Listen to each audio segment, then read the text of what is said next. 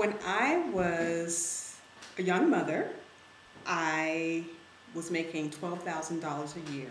And this was working a full-time job.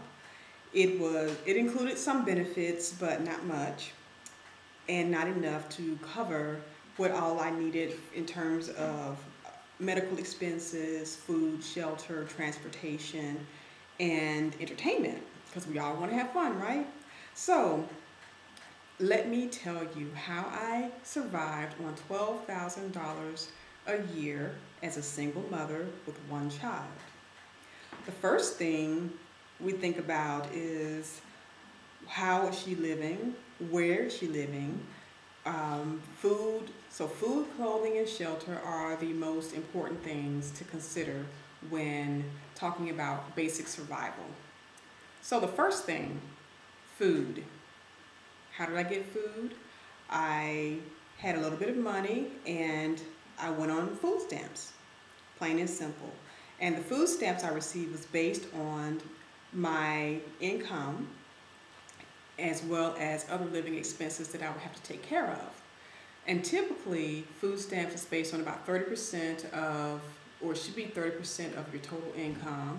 And so taking 30% off of the $12,000 or $1,000 per month, I was left with a certain amount. And so food stamps had a maximum allowance. And from that maximum allowance, they subtracted the allowance they took from my monthly income, and that's how they came up with the total. Sounds kind of complicated, and it varies per state. So what happened for me may not apply to you, but that's basically how they calculate food stamps. It should be about 30% of your living expenses or food allowance. So food stamps was one thing I got. Also, because my daughter was young, I got on the WIC program. And the WIC program is where they give you vouchers to purchase milk, eggs, cereal, tuna in some cases, dried beans in other cases, and pretty much any dairy product, cheese. So I was getting that as well as food stamps. So that also helped increase the amount of food that we were able to live off per month. And I didn't have to really worry about taking money from my check to pay for food. Then the next way I got food was through coupons. I was able to use coupons with the food stamps. Some people don't know that, but yes, you can use coupons with your food stamps, which will make your money or the amount that you have for food stamps stretch tremendously.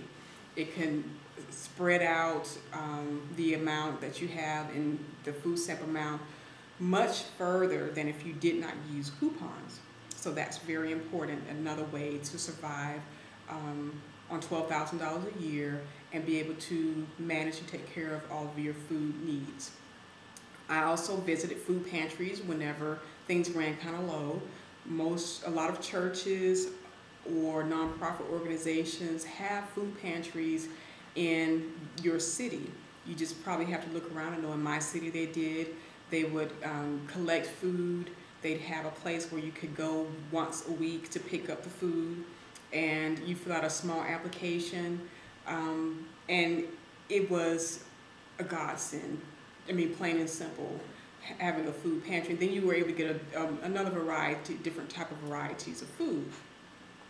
With the WIC program, I was able to go to the farmer's market and get fresh fruit and vegetables.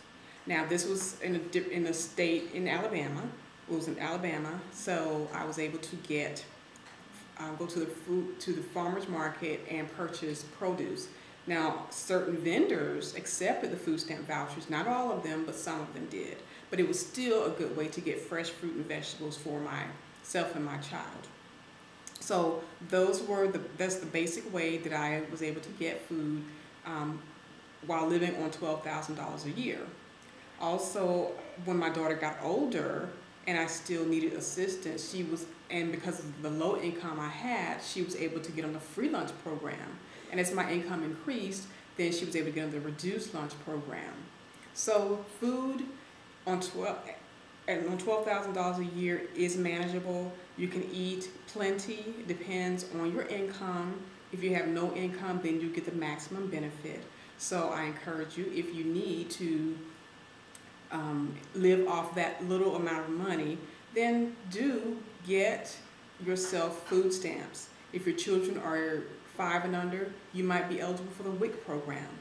You can, on the WIC program in some states, be able to get vouchers from the farmer's market. You can also buy seeds and plants so you can have a little garden, which is really, really excellent. You can buy those with the food stamps.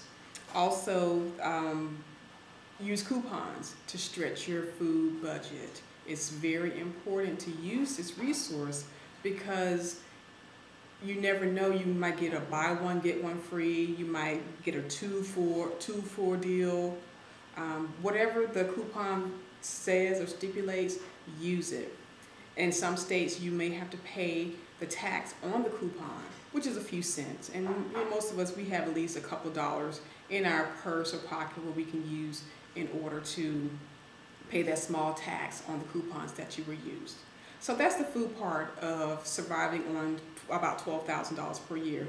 And you never know, your food, your family, your friends might have a little extra they left over from a meal. They may have, may be able to share something with you out of your freezer.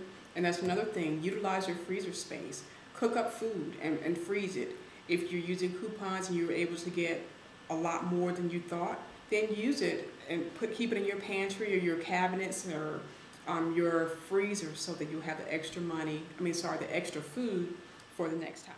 Stay tuned for the next part of this video on how to survive on $12,000 a year.